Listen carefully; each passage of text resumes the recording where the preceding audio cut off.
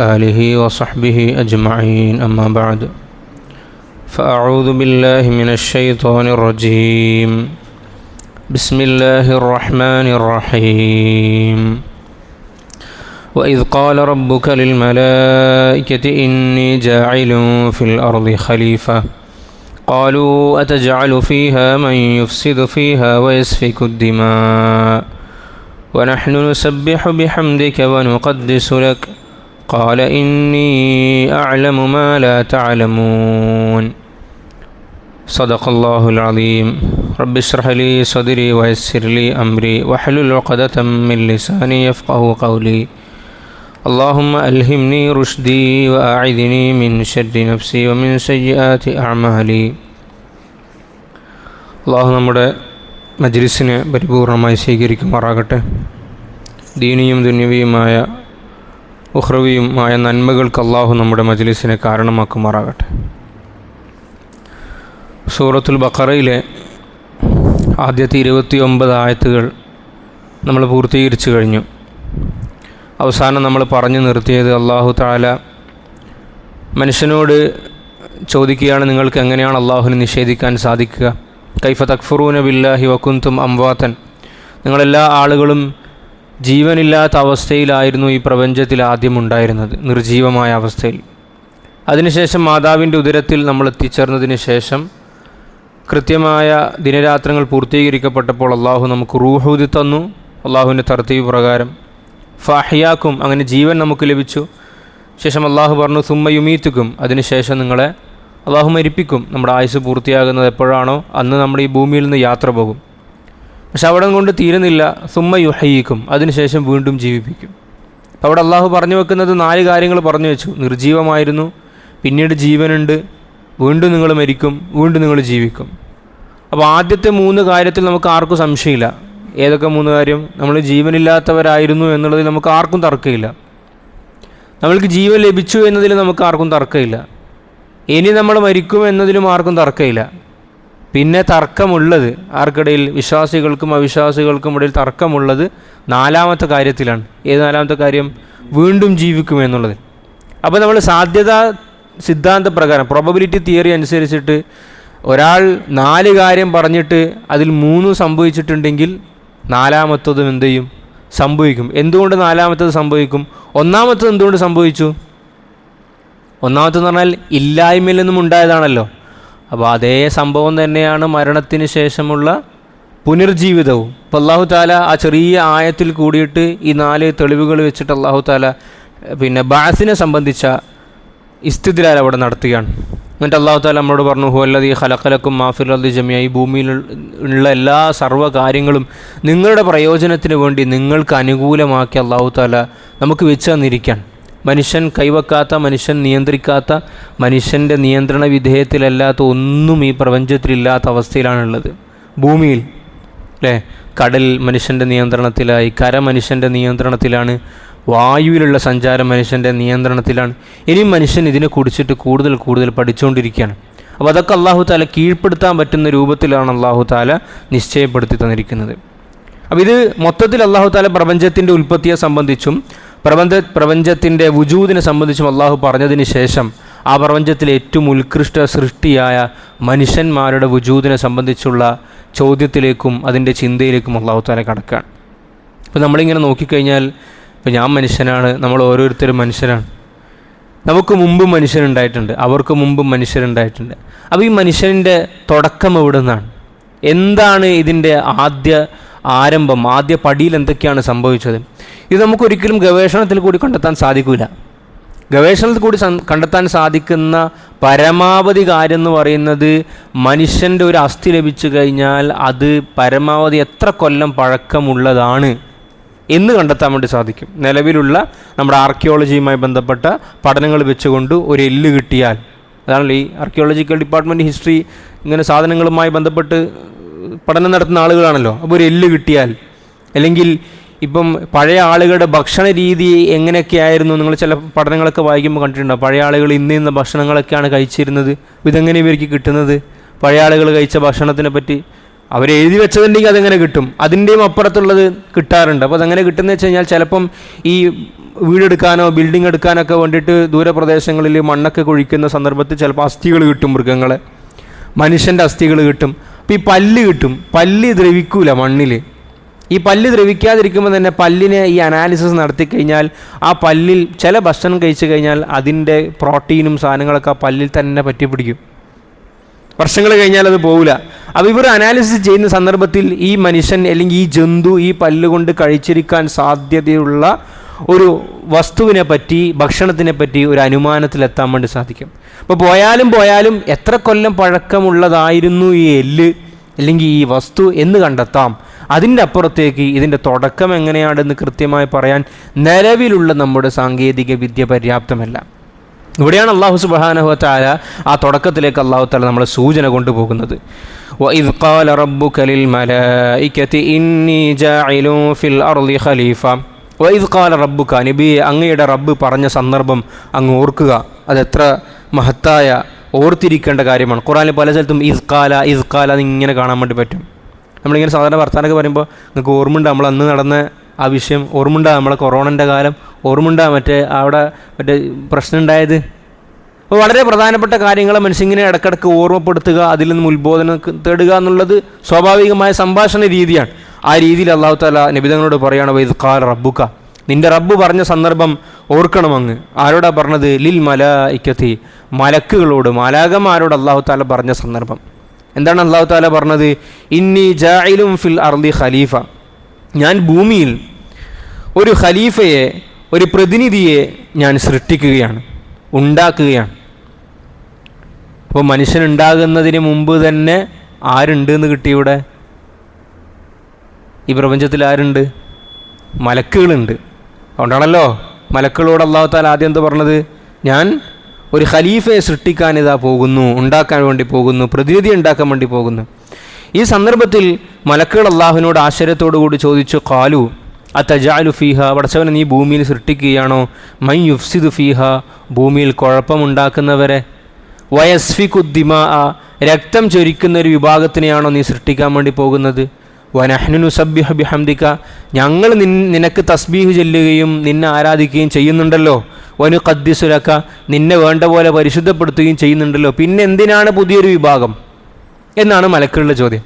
അപ്പോൾ ഇവിടെ ഒരു ചോദ്യം എന്ന് പറയുന്നത്, അപ്പോൾ ഈ മനുഷ്യവിഭാഗം രക്തം ചൊരിക്കുകയും ഭൂമിയിൽ കുഴപ്പമുണ്ടാക്കുകയും ചെയ്യുമെന്ന് മലക്കുകൾക്ക് എങ്ങനെ വിവരം ലഭിച്ചു?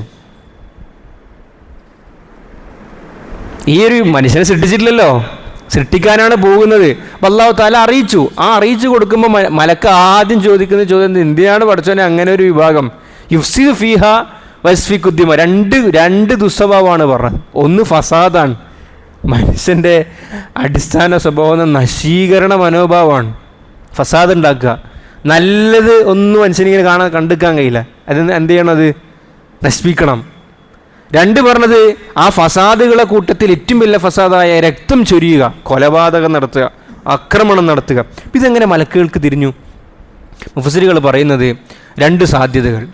ഒന്ന് പണ്ഡിതന്മാർ പറയുന്നത് എന്ന് വെച്ച് കഴിഞ്ഞാൽ, ആദ്യം ഭൂമിയിലൊരു വിഭാഗമുണ്ടായിരുന്നു, ജിന്നു വർഗത്തിൽപ്പെട്ട ഒരു വിഭാഗം ഭൂമിയിൽ അധിവസിച്ചിരുന്നു. മനുഷ്യരല്ല, ജിന്നു വിഭാഗം. ഈ ജിന്നു വിഭാഗം ഭൂമിയിൽ ജീവിക്കുകയും അവർ ഒരു പരിധി കഴിഞ്ഞപ്പം പിന്നെ ഫസാദാക്കാൻ വേണ്ടി തുടങ്ങി. യുദ്ധവും കലഹവും പ്രശ്നങ്ങളും കുഴപ്പങ്ങളൊക്കെ ഉണ്ടായി. അല്ലാഹു തആല മറ്റൊരു വിഭാഗത്തിനെ, മലക്കുകളിൽപ്പെട്ട ഒരു വിഭാഗത്തിനെ അയച്ചിട്ട് ഇതിനെ ഒന്നടങ്കം ഇല്ലായ്മ ചെയ്തു. ബാക്കിയുള്ളവരെ പിന്നെ ദ്വീപുകളിലേക്കും കടലിടുക്കുകളിലേക്കും മലകളിലേക്കൊക്കെ ഇതിനെ എന്താ പറയുക കയറ്റിവിട്ടു. അപ്പോൾ അവർ കരുതി മുമ്പൊരു വിഭാഗത്തിന് ഇതുപോലെ സൃഷ്ടിച്ചിട്ടുണ്ട്, ജിന്ന് വിഭാഗത്തിന്. അപ്പോൾ ഇതും അതിൻ്റെ എന്താണ് സഹവിഭാഗമാണ്. അപ്പോൾ ഇവരിലും എന്തെന്നെയാണ് ഉണ്ടാവുക? ഈ കുഴപ്പവും ഫസാദൊക്കെയാണ് ഉണ്ടാവുക. അതുകൊണ്ടാണ് അവരെന്ത് ചോദിച്ചത്? ആ ഒരു അർത്ഥത്തിൽ എന്തിനാണ് മൻ യുഫ്സിദു ഫീഹ വയസ്ഫികു ദിമാ എന്നർത്ഥത്തിൽ അവർ ചോദിച്ചിട്ടുണ്ടായിരുന്നത് എന്ന് ബഹുമാനപ്പെട്ട മുഫസ്സിറുകൾ നമുക്ക് പറഞ്ഞു തരുന്നുണ്ട്. അല്ലെങ്കിൽ രണ്ടാമതൊരു സാധ്യത എന്ന് പറയുന്നത്, മനുഷ്യനെ മണ്ണുകൊണ്ടാണ് ഉണ്ടാക്കപ്പെടുക എന്നും മനുഷ്യൻ്റെ മണ്ണിൽ നിന്ന് ഉണ്ടാക്കപ്പെടുമ്പോൾ അവൻ്റെ പ്രകൃതിയിൽ ഇങ്ങനെയുള്ള ഫിത്നക്കും ഫസാദിനുമുള്ള സാധ്യതയുണ്ട് എന്ന് മലക്കുകൾക്ക് ഇതിനു മുമ്പ് വിവരം അള്ളാഹു അറിയിച്ചു കൊടുത്തിട്ടുണ്ടാകാം. അതുകൊണ്ടാണ് ആ ചോദ്യം വന്നത്. ഏതായാലും ആ ചോദ്യം അള്ളാഹു തആലയോട് അവർ ചോദിക്കുകയുണ്ടായി. അപ്പോൾ ഇവർ പറഞ്ഞ കാര്യം എന്താ? മലക്കുകൾ, നീ ഒരു വിഭാഗത്തിനെ സൃഷ്ടിക്കുന്നത് നിന്നെ ഇബാദത്ത് ചെയ്യാനും നിനക്ക് തസ്ബീഹ് ചെല്ലാനും വേണ്ടിയിട്ടാണെങ്കിൽ അതിന് നിലവിലാരുണ്ട്? ഞങ്ങളുണ്ടല്ലോ. മലക്കളെ സംബന്ധിച്ച് അള്ളാഹു എന്താ പറഞ്ഞത്? യുസബ്ബിഹൂനൽ ലൈല വന്നഹാറ ലാ യഫ്തുറൂൻ. രാവും പകലും അവരുടെ പണി എന്ന് പറയുന്നത് അള്ളാഹുവിന് തസ്ബീഹ് ചെയ്യുക എന്നുള്ളതാണ്. മലക്കളെ സംബന്ധിച്ചിടത്തോളം നമുക്കറിയാലോ, മലക്കൾ എന്ന് പറഞ്ഞാൽ പ്രകാശം കൊണ്ട് സൃഷ്ടിക്കപ്പെട്ട വിഭാഗമാണ്. നമ്മളൊക്കെ പറഞ്ഞ പോലെ മജ്ജയും മാംസവും എല്ലും തോലൊക്കെ കൊണ്ട് നിർമ്മിക്കപ്പെട്ടതുപോലെ മലക്കുകളെ സൃഷ്ടിക്കപ്പെട്ടിരിക്കുന്നത് മിനന്നൂർ, പ്രകാശം കൊണ്ടാണ്. മലക്കുകളുടെ രണ്ടാമത്തെ സവിശേഷത എന്ന് പറയുന്നത് ഖാദിറുൻ അല തശക്കുൽ. മലക്കുകൾക്ക് ഒരു രൂപത്തിൽ നിന്നും മറ്റു രൂപത്തിലേക്ക് മാറാൻ വേണ്ടി സാധിക്കും. നമുക്ക് സാധിക്കും, മനുഷ്യർക്ക് സാധിക്കൂല, മലക്കുകൾക്ക് സാധിക്കും. ഇപ്പം എന്താ അതിന് തെളിവെന്താ? റസൂലുള്ളാഹി സ്വല്ലല്ലാഹു അലൈഹി വസല്ലമ തങ്ങൾക്ക് വഹയുമായി വന്നത് ആരായിരുന്നു? ജിബ്രീൽ അലൈഹി സ്വലാത്തു വസ്സലാമായിരുന്നു. ജിബ്രീൽ എങ്ങനെ വരാറുള്ളത്? ഒന്ന്, ജിബ്രീൽ അലൈഹി സ്വലാത്തു വസ്സലാം സ്വപ്നത്തിൽ വരും നബിതങ്ങളുടെ, അല്ലെങ്കിൽ ജിബ്രീൽ അലൈഹി സ്വലാത്തു വസ്സലാം ശബ്ദം മുഖേന നബിതങ്ങൾക്ക് വിവരമെത്തിക്കും. അധികവും ജിബ്രീൽ അലൈഹി സ്വലാം വരാറുള്ളത് ഒരു സഹാബിൻ്റെ രൂപത്തിലാണ്. ഒരു സഹാബിൻ്റെ രൂപത്തിൽ. ആ സഹാബിൻ്റെ പേര് ദിഹ്യത്തുൽ കൽബി എന്നാണ്, റളിയല്ലാഹു അൻഹു.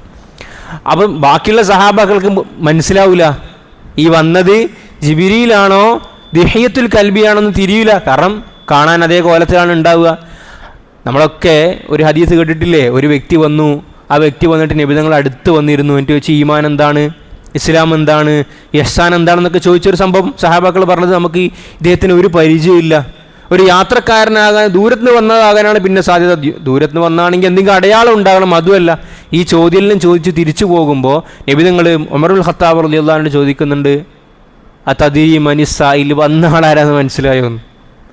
അപ്പോൾ ഉമറുല്ലാഹു പറഞ്ഞു, ഇല്ല, അല്ലാഹു റസൂലുഹു. അപ്പോൾ നബി തങ്ങൾ എന്താ പറഞ്ഞത്? ദാക ജിബ്രീൽ. വന്നതാരാണ്? ജിബ്രീൽ അലൈഹി സ്വലാത്തു വസ്സലാമാണ്. അതാക്കും യുഅല്ലിമുക്കും ദീനക്കും. നിങ്ങൾക്ക് ദീൻ പഠിപ്പിക്കാൻ വേണ്ടി വന്ന ജിബ്രീൽ അലൈഹി സ്വലാത്തു വസ്സലാമാണ്. അപ്പോൾ ഇങ്ങനെ ഹദീസിൻ്റെയും മറ്റും അടിസ്ഥാനത്തിൽ ഉലമാ പറഞ്ഞിട്ടുണ്ട്, 100 കൊണ്ട് സൃഷ്ടിക്കപ്പെട്ടവരാണ് മലക്കുകൾ. ഖാദിറുൻ അല തശക്കുൽ. അവർക്ക് എന്ത് ചെയ്യാൻ സാധിക്കും? അള്ളാഹുവിൻ്റെ അനുവാദപ്രകാരം മറ്റ് രൂപങ്ങൾ സ്വീകരിക്കാൻ വേണ്ടി സാധിക്കും.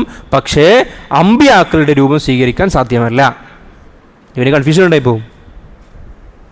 2, അള്ളാഹു താല നികൃഷ്ട ജീവികൾ ഉദ്ദേശിക്കുന്നത് ചില ഹിൻസീർ, കൽബിനൊക്കെ നമ്മൾ പറയാറുണ്ടല്ലോ, ആ രൂപവും സ്വീകരിക്കാറില്ല. ഇതല്ലാത്ത രൂപത്തിൽ അള്ളാഹുവിൻ്റെ അനുവാദപ്രകാരം ഈ മലക്കുകൾക്ക് ഇങ്ങനെ രൂപം മാറാൻ വേണ്ടി സാധിക്കും. പിന്നെ മലക്കളുടെ മൂന്നാമത്തെ സവിശേഷത എന്ന് പറയുന്നത് ലാ യഅസൂന അല്ലാഹ മാ അമറഹും വയഫ്അലൂന മാ യുമറൂൻ. മനുഷ്യനെ സംബന്ധിച്ചിടത്തോളം 2 ചെയ്യാനുള്ള കഴിവും അള്ളാഹു കൊടുത്തിട്ടുണ്ട്. ഇപ്പം നമുക്ക് മദ്യം കുടിക്കുകയും ചെയ്യാം, കുടിക്കാതിരിക്കുകയും ചെയ്യാം, നിസ്കരിക്കുകയും ചെയ്യാം, നിസ്കരിക്കാതിരിക്കുകയും ചെയ്യാം. മദ്യപിക്കാൻ വേണ്ടി പോകുമ്പോൾ അയാളുടെ മസിൽ ചലിക്കാതിരിക്കുകയൊന്നും ചെയ്യൂല. മദ്യം ശരീരത്തിനുള്ളിലേക്ക് എത്തിയാലും എന്ത് ചെയ്യും? ദഹനപ്രക്രിയ നടക്കും. പാലുള്ളിലേക്ക് എത്തിയാലും എന്ത് ചെയ്യും? ദഹനപ്രക്രിയ നടക്കും. നന്മ ചെയ്യാൻ വേണ്ടി കൈകെട്ടിയാൽ, തക്ബീറത്തുൽ ഇഹ്റാം കൈവന്നിച്ചാലും നമ്മളെ മസിൽസ് എന്താവും? പ്രവർത്തിക്കും. ഒരാൾ അടിക്കാൻ വേണ്ടി ഓങ്ങിയാലും മസിൽസ് എന്ത് ചെയ്യും? പ്രവർത്തിക്കും. മലക്കുകളെ സംബന്ധിച്ചിടത്തോളം അവരുടെ എന്താണോ അള്ളാഹു ഇൻപുട്ടായി കൊടുത്തിരിക്കുന്നത് അത് മാത്രമേ അവർക്ക് ചെയ്യാൻ വേണ്ടി സാധിക്കൂ. ചില മലക്കുകളുണ്ട്, അവർ നബിതങ്ങൾ പറഞ്ഞു, ആകാശത്ത് അവരെപ്പോഴും റുക്കൂഇൻ്റെ പൊസിഷനിലാണ് ഉണ്ടാവുക.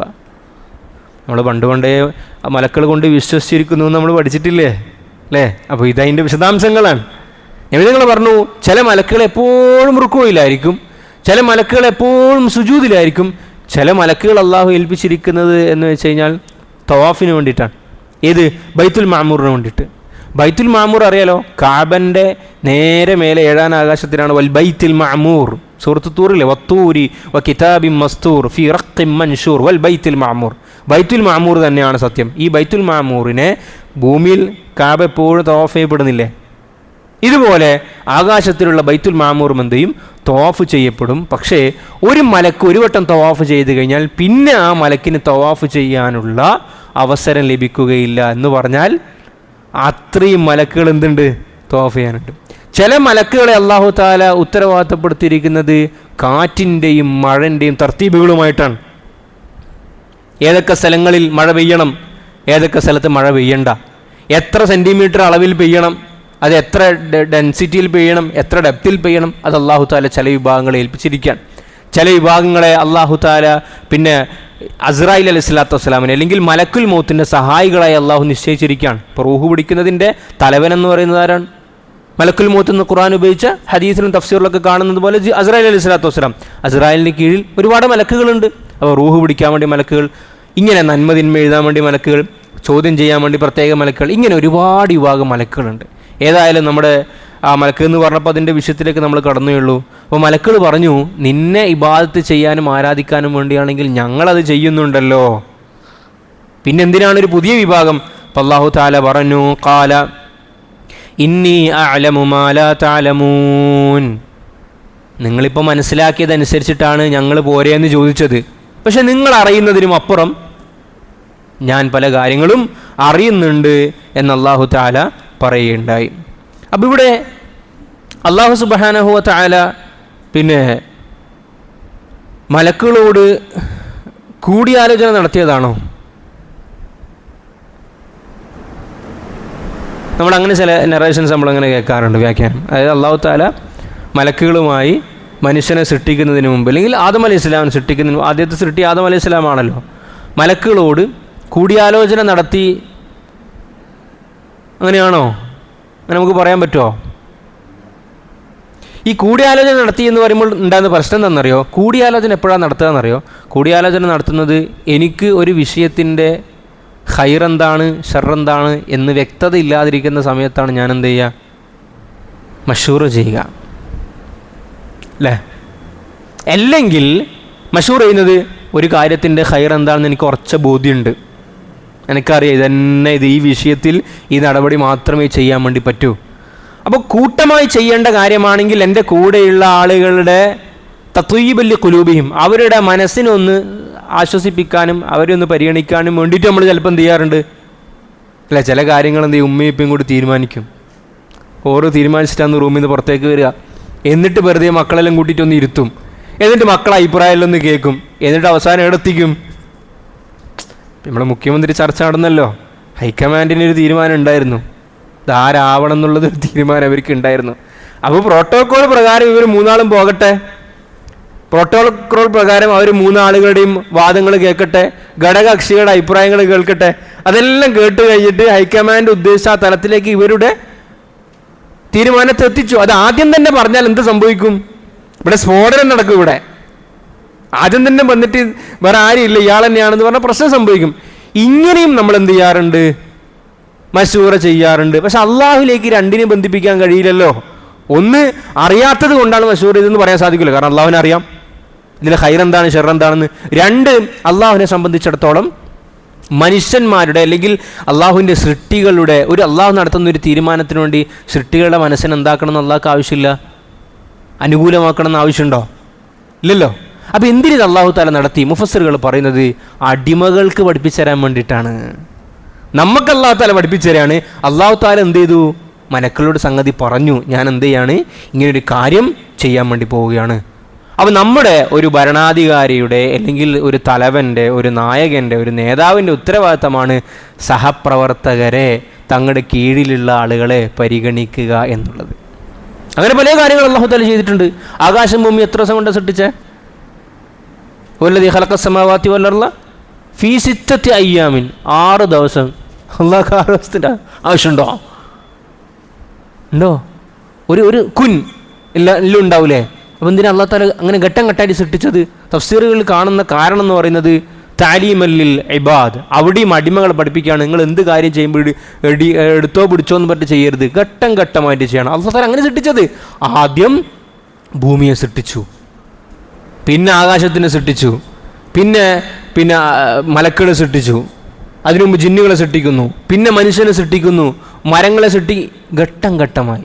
അപ്പോൾ അത് അടിമകളെ പഠിപ്പിക്കാൻ വേണ്ടിയിട്ടാണ്. ഈ അർത്ഥത്തിൽ അല്ലാഹു സുബ്ഹാനഹു വ തആല മലക്കുകളോട് ചോദിക്കുന്നു, ഞാൻ ഇങ്ങനെ ഒരു വിഭാഗത്തിന് സൃഷ്ടിക്കുന്നുണ്ട്. അപ്പോൾ മലക്കളുടെ ഉള്ളിലുള്ള ആശങ്ക പറഞ്ഞു, ഇങ്ങനെ എന്തിനാണ് സൃഷ്ടിക്കുന്നത്? അപ്പോൾ അല്ലാഹു തആല പറഞ്ഞു, ഖാല ഇന്നി അഅലമു മാ ലാ തഅലമൂൻ, നിങ്ങളറിയാത്ത പല കാര്യങ്ങളും ഞാൻ എന്ത് ചെയ്യുന്നുണ്ട്? അറിയുന്നുണ്ട്. ശേഷമുള്ള ആയത്ത്, വഅല്ലമ ആദമൽ അസ്മാഅ കുല്ലഹാ സുമ്മ അറളഹും അലൽ മലായിക فقال أنبئوني بأسماء هؤلاء إن كنتم صادقين. അപ്പോൾ അല്ലാഹു തആല ഇവിടെ നേരെ ആദം അലൈഹി സ്വലാത്തു വസ്സലാമിന് ചില പേരുകൾ പഠിപ്പിച്ചു കൊടുത്തു എന്നാണ് പറഞ്ഞത്. അതിനിടയിൽ കുറേ കാര്യങ്ങൾ നടന്നു പോകുന്നുണ്ട്. ഒന്ന്, ആദം അലൈഹി സ്വലാമിനെ സൃഷ്ടിക്കുന്നു, അല്ലേ? ഹദീസിലൊക്കെ വരുന്നത് അല്ലാഹു തആല പിന്നെ മലക്കളെ വിളിച്ചിട്ട് ഭൂമിയിലെ എല്ലാത്തരം മണ്ണുകളെയും കൊണ്ടുവരാൻ ആവശ്യപ്പെടുന്നു. ആ മണ്ണുകളൊക്കെ ഒരുമിച്ച് കൂട്ടപ്പെടുന്നു. അതിൽ അള്ളാഹുവിൻ്റെ ഭാഗത്തിൽ നിന്ന് റൂഹ് ഊതപ്പെടുന്നു. ആദം അലൈഹി സ്വലാമിന് ജീവൻ ഉണ്ടാകുന്നു. ആദം അലൈഹി സ്വലാത്തു വസ്സലാം തുമ്മുന്നു. ഇതൊക്കെ നബി സല്ലല്ലാഹു അലൈഹി വസല്ലം നമുക്ക് പറഞ്ഞ കാര്യമാണ്. അത് നമുക്ക് എങ്ങനെയാണുള്ളത് അതുപോലെ വിശ്വസിക്കുക എന്നത് നമുക്ക് അതിൻ്റെ അപ്പുറത്ത് പോകാനൊന്നുമില്ല. തുമ്മുന്നു. ഈ സമയത്ത് ബഹുമാനപ്പെട്ട ആദം നബി അലൈഹി സ്വലാത്തു വസ്സലാമിന് പിന്നെ അൽഹംദുലില്ലാ എന്ന് പറയാൻ വേണ്ടി തോന്നിപ്പിക്കുന്നു. യർഹമുക്കല്ലാ എന്ന ദുആ പഠിപ്പിക്കുന്നു. എന്നിട്ട് നബി ആദം അലൈഹി സ്വലാമിനോട് അള്ളാഹു പറയുന്നു, നീ മുന്നോട്ടേക്ക് പോവുക, അവിടെ ഒരു വിഭാഗം ആളുകളുണ്ട്, അവരോട് സലാം ചൊല്ലുക, അവരെന്താണ് നിനക്ക് മറുപടി നൽകുന്നത് എന്ന് കേൾക്കുക. ജിബ്രീൽ അലൈഹി സ്വലാത്തു വസ്സലാം അടങ്ങുന്ന സംഘത്തിലേക്ക് ആദം നബി പോകുന്നു, സലാം ചൊല്ലുന്നു, അവർ സലാം അടക്കും. ഇതൊക്കെ ആദ്യ ഘട്ടത്തിൽ നടക്കുന്ന സംഭവങ്ങളാണ്. ഇതിന് ശേഷമാണ് അള്ളാഹു തആല സുജൂദ് ചെയ്യാൻ വേണ്ടി പറയുന്നത്. അത് ശേഷമുള്ള ആയത്തിൽ പറയുന്നുണ്ട്. അവിടെ നമുക്ക് വിശദമായിട്ട് പറയാം. സുജൂദ് കഴിഞ്ഞു. അവിടെ ആര് സുജൂദ് ചെയ്തില്ല? ബിലി സുജൂദ് ചെയ്തില്ല. അതിൻ്റെ കാരണമൊക്കെ നമുക്ക് അവിടെ പറയാം ഇൻഷാ അല്ലാഹ്. ഇവിടെ അല്ലാഹു തആല ആദം നബി അലൈഹി സ്വലാത്തു വസ്സലാമിൻ്റെ മഹത്വം പറയേണ്ട സ്ഥലമായതുകൊണ്ട് ആദം നബിയുമായി ബന്ധപ്പെട്ട വിഷയം ആദ്യം പറയാം. ആദം നബി അലൈഹി സ്വലാത്തു വസ്സലാമിനെ എന്തിന് ഞാൻ സൃഷ്ടിച്ചു എന്ന് മലക്കുകൾക്ക് അല്ലാഹു തആല ബോധ്യപ്പെടുത്തി കൊടുക്കാൻ അള്ളാഹു പറഞ്ഞു, വഅല്ലമ ആദമൽ അസ്മാഅ കുല്ലഹ. ആദം നബിക്ക് സകല പേരുകളും അല്ലാഹു തആല പഠിപ്പിച്ചു കൊടുത്തു. എന്തെല്ലാം ഈ പ്രപഞ്ചത്തിൽ ഉണ്ടാകുമോ, ഉണ്ടാകാൻ പോകുന്നോ, നിലവിലുണ്ടോ, ജിബ്രീൽ അലൈഹി സ്വലാത്തു വസ്സലാം മുതലുള്ള പിന്നെ മലക്കിൻ്റെ പേര് മുതൽ എത്രത്തോളം തഫ്സീറുകളിൽ കാണാം. ഇനി ഉണ്ടാകാൻ വേണ്ടി പോകുന്ന പക്ഷിവർഗ്ഗങ്ങൾ, പറവകൾ, ജന്തുക്കൾ, മത്സ്യങ്ങൾ, ഇതിൻ്റെ ഒക്കെ വിശദാംശങ്ങൾ, വിവരങ്ങൾ അല്ലെങ്കിൽ അടിസ്ഥാന വിവരങ്ങൾ അല്ലാഹു തആല ആദം നബി അലൈഹി സ്വലാമിന് പഠിപ്പിച്ചു കൊടുത്തു. അപ്പോൾ നമ്മൾ നോക്കിയാൽ ഈ ചെറിയ കുട്ടികളുണ്ടല്ലോ, ചെറിയ കുട്ടികളെ കൊണ്ട് നമ്മൾ പുറത്തേക്കൊക്കെ പോയി കഴിഞ്ഞാൽ വാപ്പമാർ നേരിടുന്ന പ്രധാനപ്പെട്ട 2 പ്രതിസന്ധിയുണ്ട്. ഒന്നെന്താ? ഉപ്പ വാങ്ങി തരുപ്പ, ഉപ്പ വാങ്ങി തരുപ്പ, അല്ലേ? ചെറിയ കുട്ടികളെ. രണ്ടാമത്തെ ഒരു പ്രതിസന്ധി അതറിയോ? ചെറിയ കുട്ടിയാണെങ്കിലേ പതെന്തുപ്പ, പതെന്തുപ്പ, പതെന്തുപ്പ. ആദ്യമൊക്കെ നമ്മൾ പറഞ്ഞു കൊടുക്കും, പിന്നെ പറയും അനങ്ങാണ്ട് നിൽക്കുന്നു പറയും. കാരണം ഒന്നും ചിലപ്പോൾ നമുക്ക് തന്നെ അറിയണ്ടാവില്ല. ചിലപ്പോൾ പോകുമ്പോൾ കാണാം അവിടെ ഇങ്ങനെ ഒരു 3 ഇട്ടാണ് ട്രയാങ്കിൾ കാണാം. അതുപോലേക്ക് ഉപ്പ അതെന്താ ഉപ്പ. ചിലപ്പോൾ നമുക്കിത് അറിയില്ല. നമ്മൾ ട്രാഫിക്കിൻ്റെ സീനിലാകെ ചുവപ്പും പച്ച മഞ്ഞേ നമ്മൾ പഠിച്ചിട്ടുള്ളൂ. അപ്പം ഇങ്ങനെ ഇപ്പം ഇന്നലെ മോളെ കൊണ്ട് ഇങ്ങനെ യാത്ര ചെയ്യുമ്പോൾ ഒരു ചർച്ചിൻ്റെ മുമ്പിലോട്ട് ഇങ്ങനെ പോയി. ചർച്ചിൻ്റെ മുമ്പിലോട്ട് ഇപ്പോൾ വലിയ ഇവിടെ കുരിശുണ്ടല്ലോ. അപ്പോൾ ഇപ്പം ഇങ്ങനെ തെറ്റിട്ടിരിക്കുന്നു. അപ്പോൾ ഇങ്ങനെ ചെരിഞ്ഞിട്ടാണ് നോക്കിയത്. അപ്പോൾ ഞാൻ ശരി, അത് തെറ്റല്ല മോളെ, അതിങ്ങനെ പ്ലസ് ആണെന്ന് പറഞ്ഞു. അപ്പോൾ ഇതെങ്ങനെ പറഞ്ഞു കൊടുക്കും ഇത്? അപ്പോൾ ഞാൻ പറഞ്ഞു അതൊരു പ്രത്യേക വിഭാഗത്തിന് അടയാളമാണ്. അപ്പോൾ ഇപ്പോൾ അടയാളം എന്ന് പറഞ്ഞാൽ എന്താ? ഇപ്പോൾ ചെറുത് അടയാളം എന്ന് പറഞ്ഞത്. അപ്പോൾ ഞാൻ പറഞ്ഞു മോളെ, ഇപ്പോൾ നമ്മളൊരു സ്ഥലത്ത് എഴുതി ഇന്നിൻ്റെതാണ്. ഇപ്പോൾ ചില സ്ഥലത്തെത്തി നമുക്ക് മനസ്സിലാകുന്നത് ഇത് ഹോസ്പിറ്റലാണ്, പള്ളിയാണ് എന്നൊക്കെ മനസ്സിലാകുമ്പോൾ ഓരോ നീ ഒരു ചിഹ്നം വെച്ചിട്ടുണ്ടാവൂലേ, അപ്പോൾ ആ ചിഹ്നമാണ്. അപ്പോൾ ഒരു ജീവിക്ക്, ഒരു മനുഷ്യന് ആദ്യം കിട്ടേണ്ടുന്ന വിവരം എന്ന് പറയുന്നത് തൻ്റെ ചുറ്റുപാടിലുള്ള വസ്തുക്കളെ സംബന്ധിച്ച വിവരമാണ്. നമ്മളിവിടെ ഇരുന്ന് നോക്കിയാട്ടെ, നമുക്കിവിടെയുള്ള എല്ലാ സാധനത്തിനെ പറ്റി നമുക്ക് അടിസ്ഥാന വിവരമുണ്ട്, അല്ലേ? ഒന്ന് വെറുതെ ഒന്ന് കണ്ണുപിടിക്ക്. ഇതിൽ നമുക്ക് ഏതെങ്കിലും ഒരു വസ്തുവിനെ പറ്റി അടിസ്ഥാന ധാരണ ഇല്ലെങ്കിലില്ലേ നമുക്കൊരു ഇടങ്ങേറുണ്ടാവും. നമ്മളത് അറിയാനും ശ്രമിക്കും, ഉണ്ടോ ഇല്ലേ? അല്ലാഹു സുബ്ഹാനഹു വ തആല ആദം നബിക്ക് ആദ്യം കൊടുത്തത് സർവ്വ വസ്തുക്കളെയും സംബന്ധിച്ച അറിവാണ്. വഅല്ലമ ആദമൽ അസ്മാഅ കുല്ലഹ. മുഫസ്സിരീങ്ങൾ പറയുന്നുണ്ട്, ശരിക്കും ആദം അലൈഹി സ്വലാമിൻ്റെ മഹത്വം മലക്കളുടെ മുമ്പിൽ വെളിപ്പെടുത്താൻ വേണ്ടിയിട്ട് ആദം നബീൻ്റെ ഇബാദത്തിനെ സംബന്ധിച്ചും മറ്റുമൊക്കെ കുറേ കൊടുത്താൽ പോരെ. പക്ഷെ അള്ളാഹു എങ്ങനെയാണ് മഹത്വം വെളിപ്പെടുത്തി കൊടുത്തത്? ആദം നബിക്ക് കുറേ കാര്യങ്ങൾ അള്ളാഹു തആല പഠിപ്പിച്ചു കൊടുത്തു. എന്നിട്ട് സുമ്മഅറളഹും അലൽ മലായിക, ഈ വസ്തുക്കളെ മുഴുവൻ മലക്കളുടെ മുമ്പിൽ അങ്ങ് പ്രകടമാക്കി. ആദം നബിക്ക് ഏതെല്ലാം വസ്തുക്കളെ പേര് പഠിപ്പിച്ചു കൊടുത്തിട്ടുണ്ടോ ആ വസ്തുക്കളെ മുഴുവൻ മലക്കളുടെ മുമ്പിൽ അള്ളാഹു തആല ഹാജരാക്കി. എന്നിട്ട് പറഞ്ഞു, ഫഖാല അംബിഊനി ബി അസ്മാഇ ഹഉലാഇ ഇൻ കുൻതും സാദിഖീൻ. നിങ്ങൾക്ക് അറിയുമെങ്കിൽ, നിങ്ങൾ സത്യസന്ധരാണെങ്കിൽ ഇതിൻ്റെ ഒക്കെ പേരുകൾ നിങ്ങൾ പറയുന്നു പറഞ്ഞു. മലക്കൾ നോക്കുമ്പോൾ അവർക്കറിയാത്ത, പരിചിതമല്ലാത്ത ഒരുപാട് വസ്തുക്കളും സാധനങ്ങളും കാണുകയാണ്. അവർ പറഞ്ഞു, ഖാലു സുബ്ഹാനക ലാ ഇൽമ ലനാ ഇല്ലാ മാ അല്ലംതനാ. പടച്ചവനെ, ഞങ്ങൾക്കൊരറിവുമില്ല ഇല്ലാ മാ അല്ലംതനാ, നീ പഠിപ്പിച്ചു തന്നതല്ലാതെ. നീ എന്താണോ ഞങ്ങൾക്ക് പഠിപ്പിച്ചു തന്നത് അത് മാത്രമേ ഞങ്ങൾക്കറിയൂ. ഇത് നീ ഞങ്ങൾക്ക് പഠിപ്പിച്ചു തന്നതല്ല. ഞങ്ങൾക്ക് പഠിപ്പിച്ചു തന്നതല്ല, അതുകൊണ്ട് ഞങ്ങൾക്കതറിയില്ല. ഇന്നക അൻതൽ അലീമുൽ ഹക്കീം, തീർച്ചയായും നീ തന്നെയാണ് എല്ലാം അറിവുള്ളവനും എല്ലാം കൃത്യമായി അതിൻ്റെ ശരിതെറ്റുകൾ മനസ്സിലാക്കി ചെയ്യുന്നതിനും. അതാണ് ഹക്കീം എന്ന് പറഞ്ഞാൽ. ഈ സമയത്താണ് അല്ലാഹു തആല ആദം നബിയോട് പറയുന്നത്, ഖാല യാ ആദം, ഓ ആദം അലൈഹിസ്സലാം, അംബിഉഹും ബി അസ്മാഹിം, നിങ്ങൾ ഇവർക്ക് പഠിപ്പിച്ചു കൊടുക്കൂ എന്ന് പറഞ്ഞു. നിങ്ങൾ ഇവർക്ക് ഇതിൻ്റെ പേരുകളൊക്കെ പറഞ്ഞു കൊടുക്കൂ. ഫലമ്മ അംബഅഹും ബി അസ്മാഹിം, ഈ വസ്തുക്കളെ സംബന്ധിച്ച പേരുകളൊക്കെ ആദം നബി ഇങ്ങനെ പറഞ്ഞു കൊടുത്തു, അറിയിച്ചു കൊടുത്താ ഇതിന്നതാണ് ഇതിന്നതാണ് ഇതിന്നതാണ് ഇതിന്നതാണ്.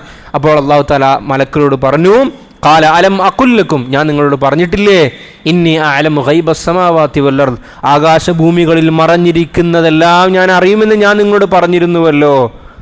അപ്പോൾ മലക്കുകൾക്ക് ഒരു പക്ഷേ ഒരു ധാരണ ഉണ്ടായിരുന്നേക്കാം, ഞങ്ങൾക്ക് എല്ലാത്തിനെ സംബന്ധിച്ച അറിവുണ്ട് എന്ന ധാരണ ഉണ്ടായിരുന്നേക്കാം. അതാണ് അല്ലാഹു തആല അവിടെ തിരുത്തുന്നത്.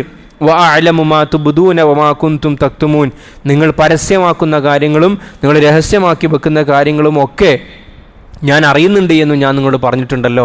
ചുരുക്കി പറഞ്ഞു കഴിഞ്ഞാൽ ആദം അലൈഹിസ്സലാമിനെ സൃഷ്ടിച്ചത് വെറുതെ അല്ല, ഈ പ്രപഞ്ചത്തിനെ സംബന്ധിച്ച മലക്കുകൾക്ക് ഗ്രഹിക്കാവുന്നതിനും അപ്പുറം ഗ്രഹിക്കാൻ സാധ്യമായൊരു വിഭാഗത്തിനെയാണ് ഞാൻ സൃഷ്ടിച്ചിരിക്കുന്നത് എന്നാണ് അല്ലാഹു തആല ഇവിടെ പറഞ്ഞു വെക്കുന്നത്. നിങ്ങൾ അല്ലാഹുവിനെ ഇബാദത്ത് ചെയ്യാൻ വേണ്ടിയിട്ട് മാത്രമാണെങ്കിൽ മലക്കുകൾ പോരെ?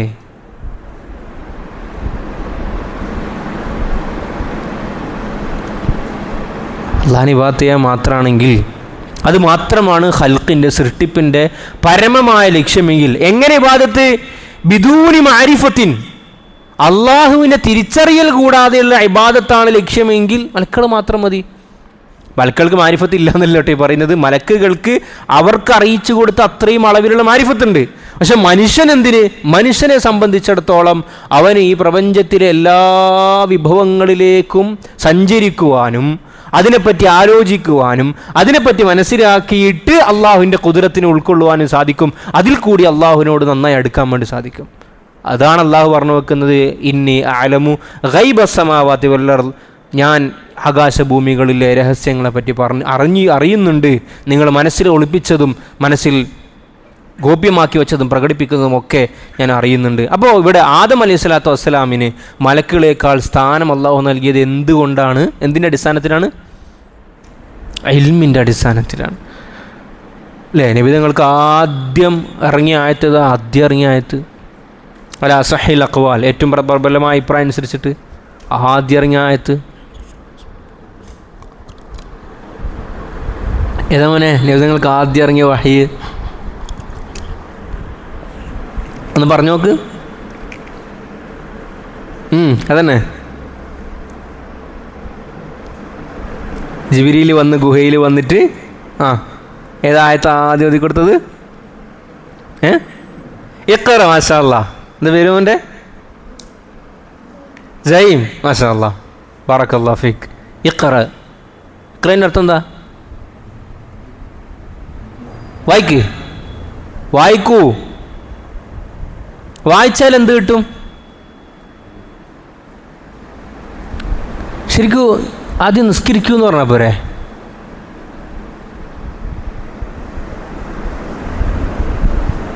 അല്ലെങ്കിൽ നോമ്പ് നോക്കൂ എന്ന് പറഞ്ഞാൽ പോരെ? അല്ലെങ്കിൽ മനഃശുദ്ധി നേടൂ എന്ന് പറഞ്ഞാൽ പോരെ? ആദ്യത്തെ കൽപ്പന ഇഖ്റ. ആദ്യത്തെ വഹീൻ്റെ ബോധനത്തിൻ്റെ അംശം എന്ന് പറയുന്നത് തന്നെ കൽപ്പന കൊണ്ടാണ്. ആ കൽപ്പന തന്നെ എന്തിൻ്റെതാണ്? വായിക്കണം താങ്കൾ. അവിടെ വേറൊരു സാധനത്തിൻ്റെ പേരും കൂടി പറയുന്നുണ്ട്. ഇതിൻ്റെ പേര് ഇഖ്റ ബിസ്മി റബ്ബിക്കല്ലദീ ഖലഖൽ ഇൻസാന മിൻ അലഖ് ഇഖ്റ വറബ്ബുക്കൽ അക്രമുല്ലദീ അല്ലമ ബിൽ ഖലം. ആ ആദ്യത്തെ 5 ആയത്തിൽ തന്നെ എങ്ങനെ അള്ളാഹുലേക്ക് എത്താം എന്നതിൻ്റെ അതിൻ്റെ അലിഫും ബാവും A to Z പറഞ്ഞു കഴിഞ്ഞു. അല്ലമ ബിൽ ഖലം, പേന കൊണ്ട് പഠിപ്പിച്ചവൻ. പേന എന്തിനാ ഉപയോഗിക്കുന്നത്? തസ്ബീഹ് എല്ലാം പേന ഉപയോഗിക്കും. തസ്ബീഹ് എല്ലാം പേന ഉപയോഗിക്കും. പോയി സലാത്തെല്ലാം പേന ഉപയോഗിക്കും. സ്കരിക്കാൻ പേന ഉപയോഗിക്കും. പേന എന്തിനാ ഉപയോഗിക്കുന്നത്? നമ്മൾ സാറെ പറയാറുണ്ട്, ഒരാളെ പോക്കറ്റിൽ പേന ഉണ്ടെങ്കിൽ എഡ്യൂക്കേറ്റഡ് ആണ് പറയാറുണ്ട്. പോക്കറ്റിലില്ല. അത് ഒരാൾ പോക്കറ്റിൽ പേനുണ്ട് എന്ന് പറഞ്ഞാൽ അയാൾക്ക് വിവരങ്ങളോട് താല്പര്യമുണ്ട്. ഇപ്പം പിന്നെ മൊബൈലും കാര്യങ്ങളൊക്കെ വന്നതുകൊണ്ട് അതങ്ങനെ കുറഞ്ഞു. അല്ല പറയാണ് വായിക്ക് എന്ന് പറഞ്ഞു. പിന്നെ അല്ലമ ബിൽ കലം, പേന കൊണ്ട് പഠിപ്പിച്ചവൻ. അപ്പോൾ എഴുത്ത് വന്നു, വായന വന്നു. ആദം നബിയുടെ സൃഷ്ടിപ്പിലേക്ക് നിങ്ങൾ നോക്കൂ, അവിടെയും ആദ്യത്തെ ചർച്ച തന്നെ വഅല്ലമ ആദമൽ അസ്മാ. അല്ലാഹു തആല പഠിപ്പിച്ചു കൊടുത്തു ആദം നബിക്ക്. എന്നിട്ടാണ് അല്ലാഹു തആല മഹത്വം വെളിപ്പെടുത്തി കൊടുത്തത്. ഇപ്പം എന്താ അല്ലാഹു നമ്മോട് പറഞ്ഞു വെക്കുന്നത്? ഈ പ്രോസസ്സ് ഉണ്ടല്ലോ, ഇൽമ് എന്ന് പറയുന്ന പ്രോസസ്സ് നിർത്താൻ പാടില്ല. നിന്ന് നിൽക്കുന്നോ അന്ന് നമ്മൾ മുരടിക്കും. അപ്പോൾ ഉസ്താദേ ഇനി എന്താ പഠിക്കാനുള്ളത് എന്ന് ചോദിക്കാറുണ്ട്. നമ്മൾ പഠിച്ചില്ലേ മദ്രസയിൽ 10ാം ക്ലാസ് വരെ പഠിച്ചു, സ്കൂളിലാണെങ്കിൽ ഡിഗ്രി വരെ പഠിച്ചു, അല്ലെങ്കിൽ PG വരെ പഠിച്ചു. ഈ പഠനത്തിൻ്റെ 2-3 ലെയറുണ്ട്. ഒന്നാമത്തത് ഇപ്പോൾ ഞാൻ ഒരു ഉദാഹരണം പറയാം. നമ്മളെ ഒന്നാമത്തെ വായന പഠനം എന്ന് പറയുന്നത് ലിറ്ററൽ വായന എന്ന് പറയും. ലിറ്ററൽ വായന അതായത് ഇപ്പം ആദ്യമായിട്ടൊക്കെ നമ്മൾ പഠിക്കുമ്പോൾ അവിടെ എന്താണോ ഉള്ളത് അത് നമുക്ക് മനസ്സിലാക്കാൻ വേണ്ടി സാധിക്കും. അവിടെ എന്താണോ എഴുതിയിരിക്കുന്നത് അത് നമുക്ക് മനസ്സിലാക്കാൻ വേണ്ടി സാധിക്കും. ഞാൻ ഒരു ഉദാഹരണം നിങ്ങൾക്ക് പറഞ്ഞുതരാം. ഇന്നലെ ഞാൻ ഒരു പള്ളിയിൽ പോയി മരുവിസ്കരിക്കാൻ വേണ്ടി. അപ്പോൾ പള്ളിയിൽ കയറുന്നിടത്ത് ഒരു നോട്ടീസ് ഒട്ടിച്ചിട്ടുണ്ട്. അവിടെ എഴുതിയിരിക്കുന്നത് വെച്ച് കഴിഞ്ഞാൽ ഒരു കാരണവശാലും 6 വയസ്സിന് താഴെയുള്ള കുട്ടികളെ പള്ളിയിൽ കൊണ്ടുവരാൻ പാടില്ല. ഒരു കാരണവശാലും തന്നെ ഉണ്ട് കേട്ടോ. ഒരു കാരണവശാലും 6 വയസ്സിന് താഴെയുള്ള കുട്ടികളെ പള്ളിയിൽ കൊണ്ടുവരാൻ വേണ്ടി സാധ്യമല്ല. ഇത് ഞാൻ വായിക്കാണ്. ആദ്യമായി വായിക്കുമ്പോൾ എനിക്ക് കിട്ടുന്ന വിവരം എന്താ? ഈ പള്ളിയിൽ 6 വയസ്സിന് താഴെയുള്ള കുട്ടികളെ കൊണ്ടുവരാൻ പറ്റൂല. ഇതാണ് ലിറ്ററൽ റീഡിംഗ് എന്ന് പറയും. ഒരു സാധനം വായിച്ചിട്ട് എന്താണോ ഉള്ളത് അതാണെന്ന് മനസ്സിലാവും. നമ്മളൊന്നും കൂടി അത് വായിക്കും. ഒരു കാരണവശാലും ഈ പള്ളിയിൽ 6 വയസ്സിന് താഴെയുള്ള കുട്ടികളെ കൊണ്ടുവരരുത്. നിങ്ങൾക്ക് വേറെ എന്തെങ്കിലും ഇതിൻ്റെ അർത്ഥം മനസ്സിലാകുന്നുണ്ടോ?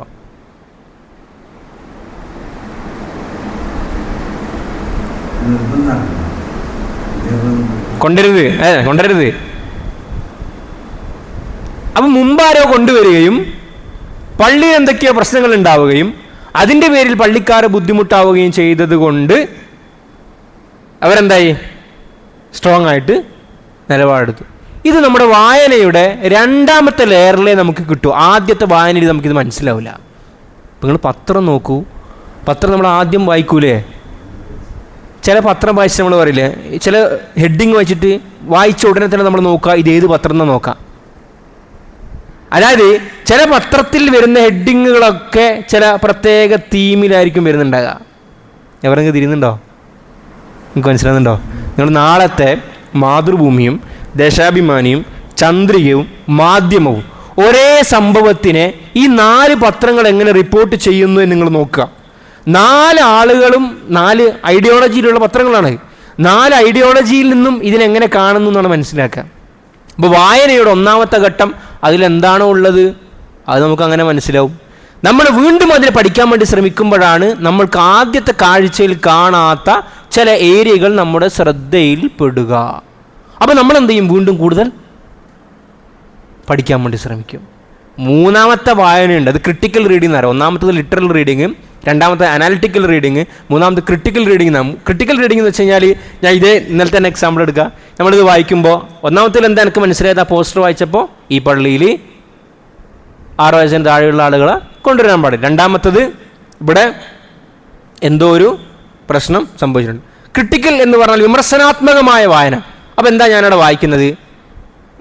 പെട്ടെന്നൊരാൾ പള്ളിയിലേക്ക് കടന്നു വരുമ്പോൾ ഈ നോട്ടീസോ പോസ്റ്ററോ കാണുമ്പോൾ അയാൾക്ക് ഉണ്ടാകുന്ന ഈ പള്ളിയുമായിട്ടുള്ള മാനസിക വ്യവഹാരം എന്തായിരിക്കും? അതൊരു അതിലൊരു ഭീഷണിൻ്റെ സ്വരമില്ലേ? നിങ്ങൾ ചില സ്ഥലത്തൊക്കെ കണ്ടിട്ടുണ്ടോ? ദയവ് ചെയ്ത് പാദരക്ഷകൾ ഇവിടെ അഴിച്ചു വെക്കൂ. നിങ്ങളെന്തായി പറയുന്നത്? എവിടത്തേക്കാ ഇത് പറഞ്ഞെത്തിക്കുന്നത്? ദയവ് ചെയ്ത് പാദരക്ഷകൾ ഇവിടെ അയച്ചു വെക്കൂ. അതിൽ ഒരു വിനയമുണ്ട്, പെർസോസീവ്നെസ് എന്ന് പറയും. അതായത് നമ്മളോടൊരു കാര്യം റിക്വസ്റ്റ് ചെയ്തിട്ട് ചെയ്യിപ്പിക്കുക. ഇവിടെ ചെരുപ്പിട്ട് കയറരുത്, ഇങ്ങനെ എഴുതാലോ. പക്ഷെ അതിലെന്തുണ്ട്? അതൊരു വിമർശനാത്മകമായ എഴുത്താണ്. അപ്പോൾ നമ്മൾ എഴുതുമ്പോൾ ഒരു കാരണവശാലും ഇവിടെ പ്രവേശിക്കരുത് എന്ന് പറയുമ്പോൾ ഞാൻ ചിന്തിക്കുകയാണ്, എന്താ അങ്ങനെ എഴുതിനി. അപ്പോൾ ദയവ് ചെയ്ത് വകതിരിവില്ലാത്ത കുട്ടികളെ പള്ളിയിൽ പ്രവേശിപ്പിക്കാതിരിക്കാൻ ശ്രദ്ധിക്കുമല്ലോ. അപ്പോൾ ഒരേ ടെക്സ്റ്റ് നമ്മൾ ഒരാവർത്തി വായിച്ചു, ഒരു വിവരം നമുക്ക് ലഭിച്ചു, വീണ്ടും നമ്മൾ വായിക്കുന്നു, വീണ്ടും നമുക്ക് മറ്റൊരു ലഭിക്കുന്നു, വീണ്ടും നമ്മൾ വായിക്കുന്നു, വീണ്ടും നമുക്ക് ലഭിക്കുന്നു. അപ്പോൾ ഈ അർത്ഥത്തിൽ ഒരിക്കലും നമ്മുടെ പഠനം എന്താവൂല. അപ്പോൾ നമ്മളേക്ക് ഉസ്താദ് ഇനിയിപ്പോൾ നമ്മൾ എന്താ പഠിക്കുക? ഒന്നും പുതിയതൊന്നും പഠിക്കണ്ട. നിങ്ങൾ പഠിച്ചതിനെ തന്നെ റീവിസിറ്റ് ചെയ്യുക. നമ്മൾ ചെറുപ്പം മുതലേ പഠിച്ച കാര്യങ്ങളില്ല, കുറേ കാര്യങ്ങൾ നമ്മൾ പഠിച്ചല്ലോ, അതിലേക്ക് തന്നെ വീണ്ടും വീണ്ടും ഒന്നിങ്ങനെ പഠിക്കുക. അതെന്തായിരിക്കാം അങ്ങനെ, അതെവിടെ നിന്നായിരിക്കാം സംഭവിച്ചിട്ടുണ്ടാകുക. അങ്ങനെ പഠിക്കുമ്പോൾ നമ്മുടെ അറിവിൻ്റെ ആഴിങ്ങനെ കൂടി വരും. അതുകൊണ്ട് ഇൽമുമായി ബന്ധം ഒരിക്കലും നമ്മൾ എന്ത് ചെയ്യാൻ പാടില്ല, ഉപേക്ഷിക്കാൻ പാടില്ല. ഇൽമിൽ നമുക്ക് അവഗാഹമുണ്ടാകുമ്പോൾ നമ്മുടെ ഇബാദത്തിന് സ്ട്രെങ്ത് കൂടും.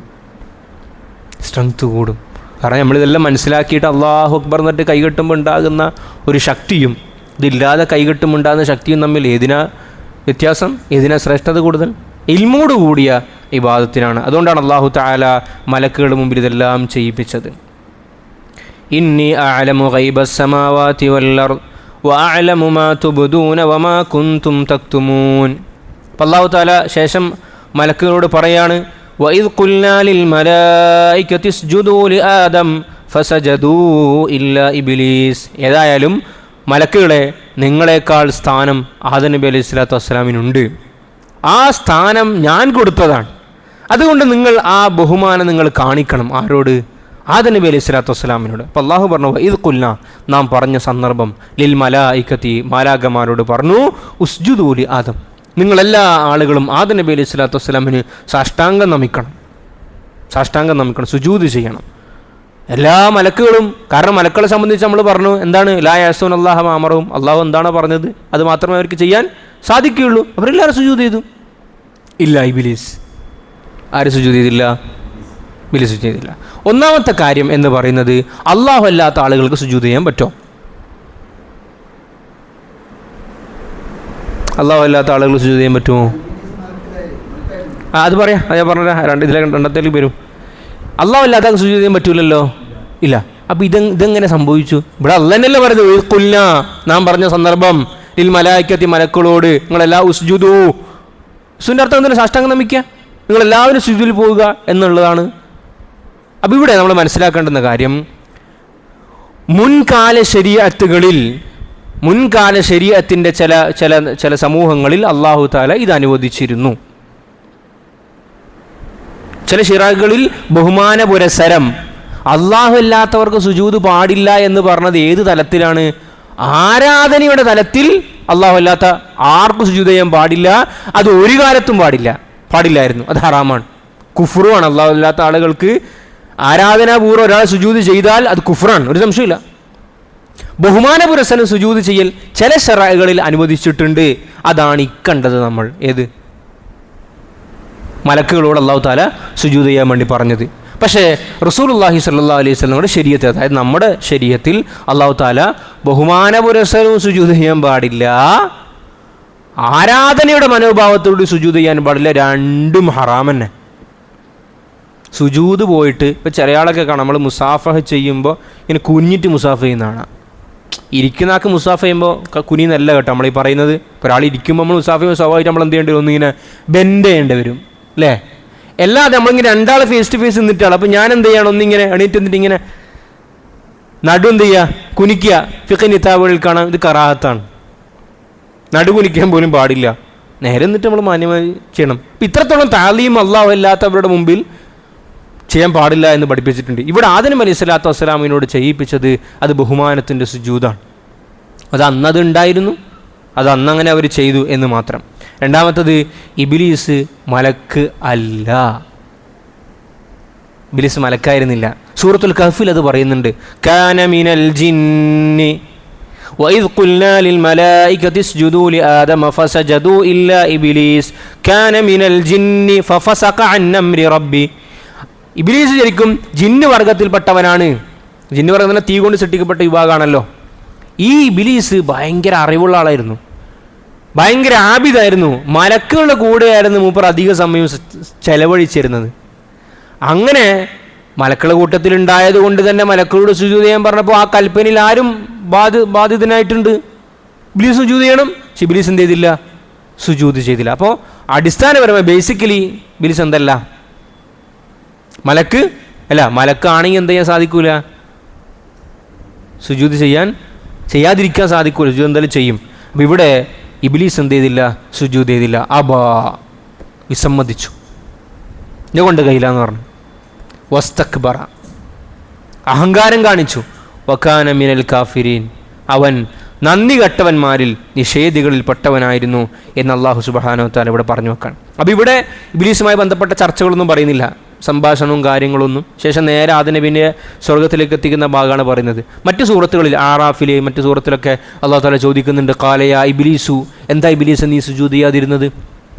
ഇബ്ലീസിന് ഉൾക്കൊള്ളാൻ പറ്റാത്ത കാര്യം എന്തായിരുന്നു എന്നറിയോ? ഇബ്ലീസ് പറഞ്ഞു, അന ഖൈറും മിൻ, ഞാൻ ആദം അലൈഹി ഇസ്ലാമിനേക്കാൾ ഏറ്റവും ക്വാളിറ്റി ഉള്ളത് എനിക്കാണ്. ഖലഖതനി മിൻ നാരിൻ, പഠിച്ചവനെ നീ എന്നെ തീ കൊണ്ടല്ലേ പടച്ചത്. വഖലഖതഹു മിൻ തീൻ, ആദം അലൈഹി ഇസ്ലാമിനാണെങ്കിൽ കളിമണ്ണ് കൊണ്ടാണ്. കളിമണ്ണാണോ ഭേദം, തീയാണോ ഭേദം? അതായിരുന്നു ഇബ്ലീസിൻ്റെ ലോജിക്ക്. കളിമണ്ണാണോ ഭേദം, തീയാണോ ഭേദം? കളിമണ്ണിൻ്റെ മേൽ തീയെ പ്രവേശിപ്പിച്ചു കഴിഞ്ഞാൽ കളിമണ്ണിനെ നമുക്ക് ഇഷ്ടികയാക്കിയിട്ട് മാറ്റാം. ശക്തി കളിമണ്ണിനല്ല, തീക്കാണ്. പക്ഷേ ഇബ്ലീസിന് മിസ്സായ പോയിന്റ് എന്താണെന്നറിയോ? ഇബ്ലീസ് പറഞ്ഞ ചോദ്യം കളിമണ്ണാണോ ഭേദം, തീയാണോ ഭേദം? പക്ഷെ ഒരു ഓപ്ഷൻ സി ഉണ്ട് അവിടെ. എന്താണെന്ന് പറയുക, ഇബ്ലീസ് കാണാത്തൊരു ഓപ്ഷൻ സി ഉണ്ടായിരുന്നു. കളിമണ്ണാണോ വലുത്, തീയാണോ വലുത്, അള്ളാഹുവിൻ്റെ കൽപ്പനയാണോ വലുത്? ഇബ്ലീസ് ഇത് കണ്ടില്ല, ഓപ്ഷൻ സി കണ്ടില്ല, എയും ബിയും മാത്രം മൂപ്പര് കണ്ടു. പരീക്ഷയ്ക്ക് പോയി കഴിഞ്ഞാൽ ചിലപ്പോൾ 3 ഉണ്ടാവും, 3ാമത്തെ കണ്ടിട്ടുണ്ട്, 2 ഇത് കണ്ടിട്ട് ടിക്കിടും, അത് തെറ്റിയിട്ടുണ്ടാവും. ഇബ്ലീസ് എന്താ പറഞ്ഞത്? ഖാല അന ഖൈറും മിൻ ഖലഖതനി മിൻ നാരിൻ ഖലഖതഹു മിൻ തീൻ, എന്നെ തീ കൊണ്ട് അവനെ കളിമണ്ണ് കൊണ്ട്. കളിമണ്ണിനേക്കാളും തീയിനേക്കാളും വലുതാണ് അള്ളാഹുവിൻ്റെ കൽപ്പന. അല്ലാഹു തആല പറഞ്ഞു ഫഖ്റുജ് മിൻഹ, വ്യക്തമായി എല്ലാം കണ്ട് അറിഞ്ഞ് മനസ്സിലാക്കിയിട്ട് പോലും നീ ധിക്കരിച്ച സ്ഥിതിക്ക് ഇനി ഈ ദർബാറിൽ നിനക്ക് സ്ഥാനമില്ല. അവിടുന്ന് അള്ളാഹുവിനോട് പിന്നെ ആവശ്യങ്ങൾ ഉന്നയിക്കുന്നതും അള്ളാഹു അത് കൊടുക്കുന്നതും ഇബ്ലീസിൻ്റെ വെല്ലുവിളികളൊക്കെ ശേഷമുള്ള ആയത്തുകളിൽ വരുന്നുണ്ട്. ഏതായാലും വസ്തക്ബറ, ഇബ്ലീസ് നന്ദികേട് വിസമ്മതം കാണിക്കുകയും വസ്തക്ബറ അഹങ്കരിക്കുകയും ചെയ്തു. പ്രപഞ്ചത്തിൽ ഉണ്ടായ ആദ്യത്തെ പാപം എന്താണെന്ന് ചോദിച്ചാൽ അത് അഹങ്കാരമായിരുന്നു. മെൻഷൻ ചെയ്യപ്പെട്ട ആദ്യത്തെ പാപം ഇബ്ലീസ് സുജൂദ് ചെയ്തില്ല. ഇതാണ് ഒന്നാമത്തെ തെറ്റ്. അതിൻ്റെ കാരണമായി പറഞ്ഞ എന്താണ്? അല്ലാഹു തആല വസ്തക്ബറ എന്നപ്പെട്ട അല്ലാഹു നേരെ തൊട്ടുടനെ പറഞ്ഞ എന്താ? വകാന മിനൽ കാഫിരീൻ, അവൻ ആരായിപ്പോയി? കിബിർ എടുത്തും വരെ കൊണ്ടെത്തിക്കും. അള്ളാഹു കാത്തുരക്ഷിക്കുമാറാകട്ടെ. കുഫ്ർ വരെ കൊണ്ടെത്തിക്കും. കാരണം എന്താണ് കിബിർ എന്ന് പറഞ്ഞാൽ? അറഗൻസ് എന്ന് പറഞ്ഞാൽ എന്താണ്? അഹങ്കാരം എന്ന് പറഞ്ഞാൽ എന്താണ്? ബത്റുൽ ഹഖി, സത്യത്തിന് അംഗീകരിക്കാൻ സാധിക്കാതിരിക്കും. സത്യത്തിനെ അംഗീകരിക്കൂല. അത് നിങ്ങൾ പറഞ്ഞല്ലോ, അതുകൊണ്ട് ഞാൻ അംഗീകരിക്കൂല. അതങ്ങനെയല്ലേ, ഞാൻ മനസ്സിലാക്കിയ ഇതിനാണല്ലോ, അതുകൊണ്ട് ഞാൻ അംഗീകരിക്കൂല. അത് സ്വാഭാവികമായിട്ട് അടുത്തേക്ക് എത്തിക്കും, കുഫറിലേക്ക് എത്തിക്കും. 2 വഹമത്തുന്നാസ്, ജനങ്ങളെല്ലാം താഴ്ന്നവരാണ്. സുപ്പീരിയോറിറ്റി, ഞാൻ മാത്രമാണ് എന്ത്, ഞാൻ മാത്രമാണ് നല്ലത്, ഞാൻ മാത്രമാണ് വലുത്, എനിക്ക് മാത്രമേ തിരിഞ്ഞിട്ടുള്ളൂ. ഇത് സത്യത്തിനെ നിഷേധിക്കാനിലേക്ക് എത്തിക്കും. അത് തന്നെയാണ് കുഫറിലേക്ക് എത്തിക്കുക. അപ്പോൾ ആദ്യ ലോകത്ത് നടന്ന തെറ്റ് എന്താണെന്ന് ചോദിച്ചാൽ അള്ളാഹു സുജൂദ് ചെയ്യാൻ പറഞ്ഞതിനെ സുജൂദ് ചെയ്തില്ല. അള്ളാഹു സുജൂദ് ചെയ്യാൻ പറഞ്ഞതിന് സുജൂദ് ചെയ്തില്ല എന്ന് പറഞ്ഞാൽ അവിടെ നടന്ന പ്രശ്നം എന്താണ്? അള്ളാഹു ബഹുമാനിക്കാൻ പറഞ്ഞതിനെ ബഹുമാനിച്ചില്ല. അതിൻ്റെ കാരണം എന്തായിരുന്നു? അഹങ്കാരമായിരുന്നു. അഹങ്കാരത്തിലേക്ക് കൊണ്ടെത്തിച്ചത് എന്തായിരുന്നു? സ്വന്തമായ ആലോചനകളും ചിന്തകളുമായിരുന്നു. അതുകൊണ്ട് ശറഇൻ്റെ അടിസ്ഥാന മൂല്യങ്ങളിൽപ്പെട്ട മൂല്യമാണ് തഅളീമു മാ അല്ലമല്ലാഹ്. അള്ളാഹു ചിലതിനെ ബഹുമാനിക്കാൻ പറഞ്ഞിട്ടുണ്ട്. പള്ളിയുണ്ടാക്കിയ കല്ലും പള്ളിയോട് ചേർന്നിട്ടുള്ള ടോയ്ലറ്റ് ഉണ്ടാക്കിയ കല്ലും ഒരേ കല്ലാണ്, ഒരേ കല്ലാണ് അല്ലേ? പള്ളി നമ്മൾ നിർമ്മിച്ചിരിക്കുന്ന സ്ഥലവും നമ്മുടെ വീട് നിർമ്മിച്ചിരിക്കുന്ന സ്ഥലവും രണ്ടും ഭൂമിയുടെ പുറത്ത് തന്നെയാണ്. പക്ഷെ പള്ളിയിലേക്ക് പ്രവേശിക്കുമ്പോൾ നമ്മൾ ചില പ്രത്യേക ദിക്റുകൾ ചൊല്ലുന്നു. അതേ നമ്മൾ നമ്മുടെ വീട്ടിൽ പ്രവേശിക്കുമ്പോൾ വേറെ ചില ദിക്റുകൾ ചൊല്ലുന്നു. പള്ളിയിൽ പ്രവേശിക്കുമ്പോൾ നമ്മൾ വലത്തേ കാല് വെക്കുന്നു. പള്ളിൻ്റെ പുറത്തുള്ള ടോയ്ലറ്റ് നമ്മൾ പ്രവേശിക്കുമ്പോൾ ഇടത്തെ കാല് വെക്കുന്നു. പള്ളിയുടെ ഉള്ളിൽ നമുക്ക് നജസുമായി ബന്ധപ്പെട്ട് ഒരു കാര്യം ചെയ്യാൻ അനുവാദമില്ല. പള്ളിയുടെ പുറത്തുള്ള ആ ടോയ്ലറ്റിൽ നമുക്ക് നമ്മുടെ നജസിനെ കളയാം. അപ്പം എന്താ കാര്യം? തഅളീമുമാ അല്ലമല്ല, പള്ളിയെ ബഹുമാനിക്കണം എന്ന് ആര് പഠിപ്പിച്ചിട്ടുണ്ട്? അല്ലാഹു പഠിപ്പിച്ചിട്ടുണ്ട്. ഇത് ശറഈൻ്റെ അടിസ്ഥാന മൂല്യമാണ്. ഇത് ഈ തഅളീമുമാ അല്ലമല്ല പോയാലില്ലേ, അല്ലാഹു കാത്തിരക്ഷിക്കുമാറാകട്ടെ, ഈമാൻ ഖറാബായി പോകും. അല്ലാഹു സുബ്ഹാനഹു വ തആല നമുക്ക് ശരിയായ രീതിയിൽ ഖുർആനും സുന്നത്തൊക്കെ മനസ്സിലാക്കാനുള്ള തൗഫീഖ് നൽകി അനുഗ്രഹിക്കുമാറാകട്ടെ.